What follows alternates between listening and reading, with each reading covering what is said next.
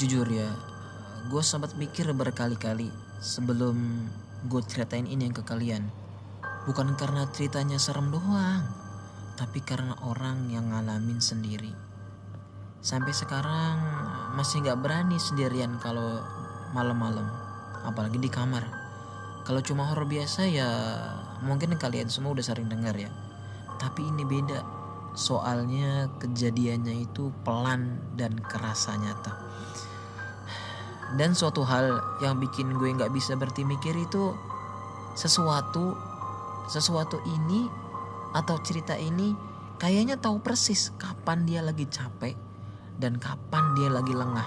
Makanya dengerin terus, jangan di skip, dengerin sampai habis.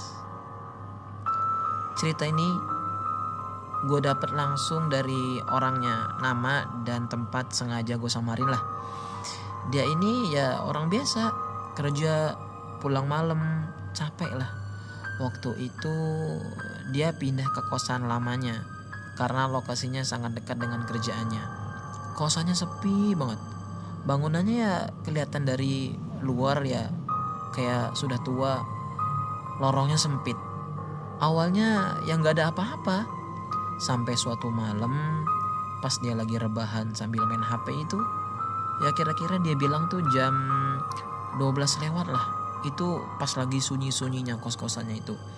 Tiba-tiba dia dengar suara kursi diseret gitu. Pelan tapi jelas.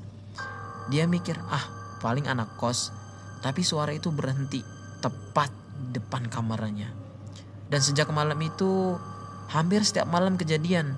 Sampai akhirnya ketika jam 2 pagi ada yang ngetok pintu 1 kali.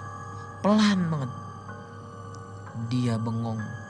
Jantungnya tuh langsung gak enak. Dek gitu. Berapa detik kemudian ketok lagi 2. Tok. Dia nanya, siapa? Gak ada jawaban dari luar. Akhirnya dia pun buka pintu pelan banget. Dia melihat lorongnya kosong, tapi lampunya nyala. Gak ada siapa-siapa. Tapi anehnya dia ngerasa kayak gak sendirian gitu. Malam-malam berikutnya hal aneh makin sering. Kadang jam 3 pagi dia kebangun dan ngerasa kayak ada yang duduk di ujung kasur. Bukan mimpi, dia sadar. Badannya berat katanya. Kayak ditekan. Dan pelan-pelan muncul bau tanah basah. Bau yang bikin dadanya sesek. Puncaknya suatu malam dia kebangun gara-gara dengar suara orang berisik dari dalam kamar, bukan di luar kamar. Suaranya pelan banget, deket. Cuman bilang, kamu capek ya. Di situ dia langsung merem, gak berani gerak, tangannya dingin, napasnya berat. Dia baca doa ya sebisanya. Gak tahu berapa lama. Besok paginya dia cerita ke penjaga kos. Penjaga kos cuma diem lama. Mukanya berubah.